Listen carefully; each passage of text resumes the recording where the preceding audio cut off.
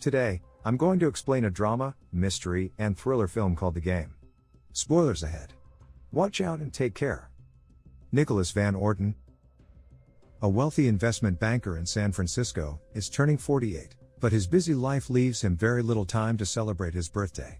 He spends most of the day working and even ignores a call from his ex-wife, Elizabeth.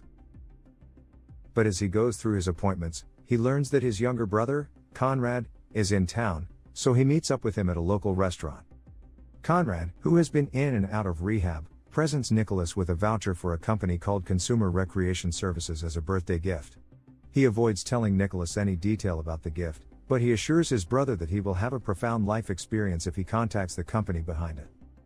That night, Elizabeth calls Nicholas at home to greet him with a happy birthday. Elizabeth worries that he might be going through a difficult time because of his father, who died on his 48th birthday. After hanging up, he recalls how his father jumped from their rooftop and fell to his death near the front door of their house. The following day, Nicholas notices a stall for CRS in a building and decides to visit their office. Jim Feingold, who introduces himself as the company's vice president of engineering and data analysis, tells Nicholas that the company offers a customized game for each participant. Nicholas is frustrated by the lack of details about the game, but he's become intrigued, so he fills out the forms and takes the tests. Nicholas later calls his brother and tells him that he already went to CRS, but he is still not convinced if he should participate in the game. He schedules a dinner with Conrad later that week. After playing squash on his own, he overhears two bankers talking about CRS in the locker room. He buys them a drink in an attempt to find out more about the mysterious game. The bankers hint that they had fun playing but won't reveal any details to him. The following day, he receives a call from CRS, telling him that his application for the game has been rejected. When he gets home, he sees a body lying in front of the house, but he soon finds out that it is just a wooden clown doll. He takes it inside and discovers a key hidden in the doll's mouth. He continues to inspect the wooden figure, but he's suddenly startled when he hears his name mentioned in the news. He turns his attention to the TV when the news anchor starts to address him directly. The anchor tells him that the game has just begun, and the key in his hand is one of the few that he'll get in the following days. However, no one will tell him where he could find the others and how he could use them. Nicholas deduces that someone is watching him, so he starts to look for the camera. The anchor begins to taunt him, but when the household help, Ilsa, approaches the room, he goes back to presenting the news. After Ilsa leaves, the TV switches to the view from the camera, allowing Nicholas to find it. He locates the camera inside the doll's eyes and takes it apart. The anchor advises Nicholas to write down a 24-hour hotline that he could call for emergencies. However, he warns Nicholas against using it to ask about the objective of the game. The anchor stresses that figuring the game out for himself would be his primary goal. The next day, Nicholas meets up with Anson Bear, a publisher who works for his father, to dismiss him from the company for failing to meet his expectations. He offers Anson a severance package, but he couldn't open his briefcase to take out the documents. He tries to open it with the CRS key, but it wouldn't turn, so he leaves Anson's office without getting his signature. Later on, Nicholas goes to a restaurant to have dinner with Conrad, but his brother is running late. While he's waiting, a waitress named Christine accidentally spills a drink on him. The maitre d' fires Christine and sets up another table for Nicholas, but before he could order some food, a waiter leaves the check on his desk. He looks at the bill and finds a note inside. Nicholas goes outside the restaurant to run after Christine to ask her about the note. As he chases her on the street, they come across a man collapsing on the sidewalk.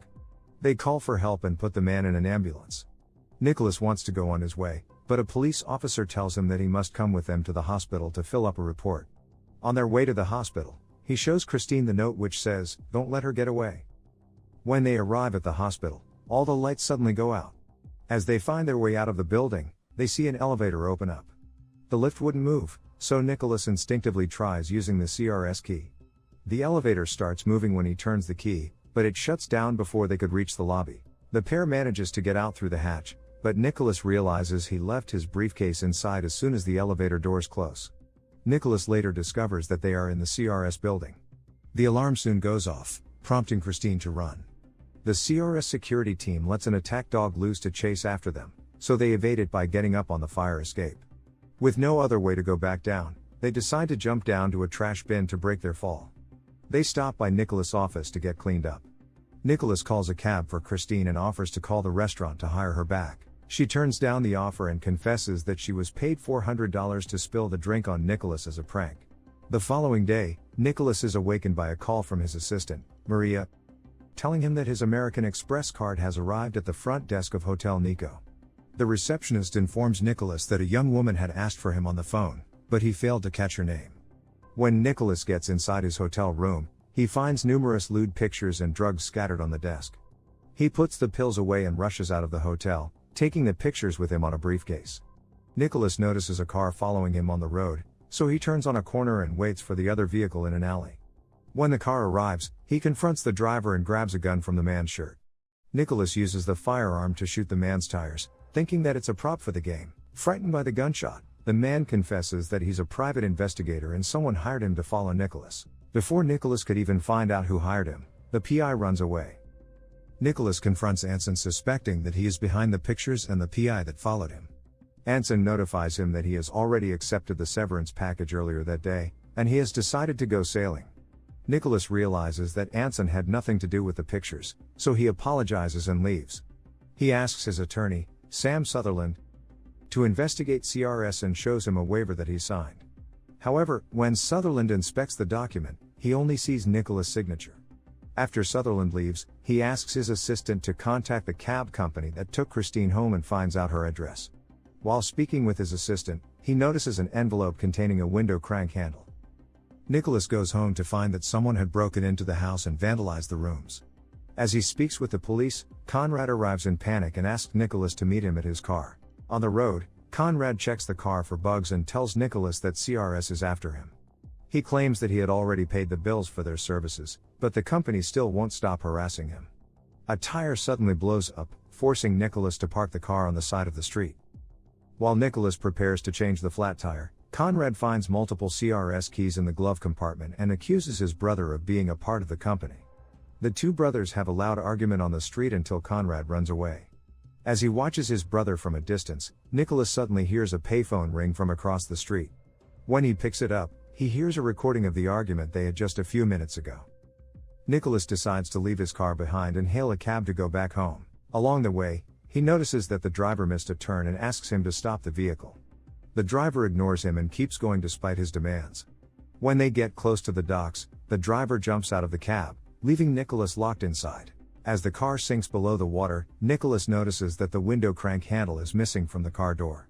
He remembers the handle that he found on an envelope and uses it to roll the window down and swim out of the car. The police try to raid the CRS office the next day after Nicholas filed a complaint against the company. However, the office was empty, and the management informs them that the floor wasn't officially rented out. Moreover, they can't find any listing for a company called Consumer Recreation Service or any variant of its name. That night, Nicholas goes to Christine's house to talk to her about the pictures he found in his hotel room. Christine wouldn't confirm or deny if she's the woman in the photo, but she asks Nicholas to stay and talk. As Christine changes her clothes, Nicholas looks around and notices that the refrigerator is empty and the books on the shelves are fake. He takes a photo out of a frame and finds out that it is a cutout from a magazine. Christine realizes that Nicholas already knows that she's part of the game, so she points out that they're being watched. Nicholas grabs a fire iron and uses it to hit the camera on the ceiling. CRS operatives soon arrive outside the house and start shooting at them. Christine and Nicholas manage to sneak out of the house and drive away in a car. Christine reveals that the company has already drained his bank accounts using the passwords that they figured out from the tests that he took. Nicholas calls the Swiss bank to confirm his balance and finds out that it is now empty. During a rest stop, Nicholas calls Sutherland to inform him about what happened to his bank accounts. He tells the lawyer to contact the police because people from the CRS are trying to kill him. In his rest house, Nicholas receives a call from Sutherland, who assures him that all his accounts are still intact. Christine suggests that his lawyer is lying and is probably working with the company. When Sutherland asks for his precise location, Nicholas drops the call. Nicholas soon starts feeling drowsy as soon as he puts the phone down. As he falls out of consciousness, Christine tells him that the company intercepted his phone calls and learned his access codes when he checked his bank accounts. She points out that the company already has all the information they need, so they don't need Nicholas anymore. When he wakes up, Nicholas finds himself inside a wooden box in a cemetery in Mexico. Having no money or any documentation, he goes to the embassy to seek help. An officer notices Nicholas' expensive watch and suggests that he should sell it and use the money to return to the US. He decides to take the man's advice and sell the item, which was given to him by his mother on his 18th birthday. With barely enough money to get back home, he rides the bus to the border and hitchhikes until he reaches San Francisco. Nicholas arrives home only to find it foreclosed, so he decides to break in and stay the night.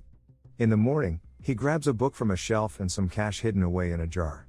He goes to a hotel to find Conrad, but the manager says that his brother has been sent to a hospital in Napa due to a nervous breakdown.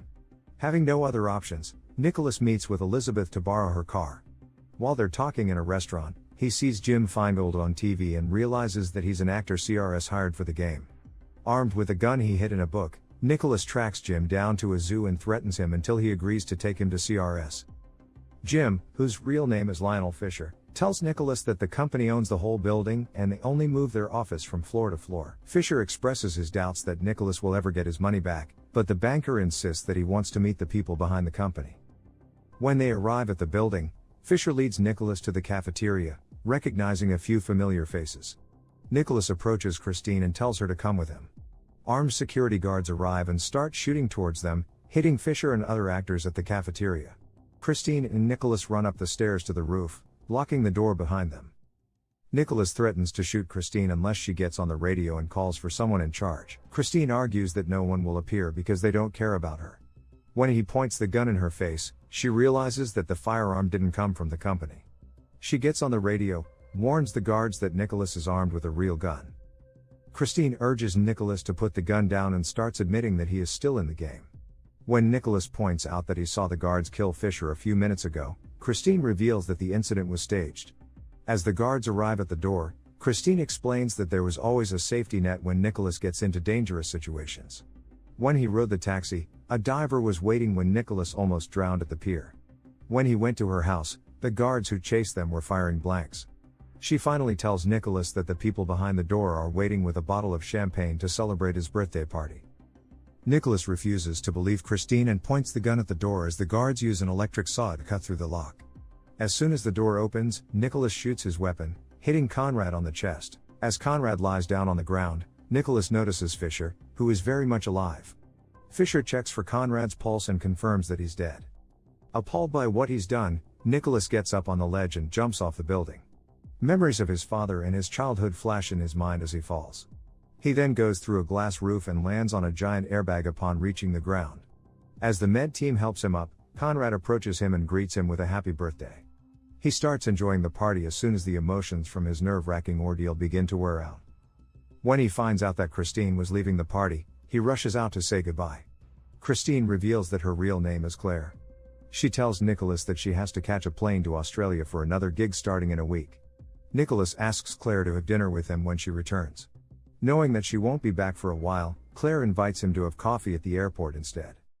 Subscribe to watch more videos like this. Turn on notifications. And leave a like, it really helps the channel out. Thank you for watching.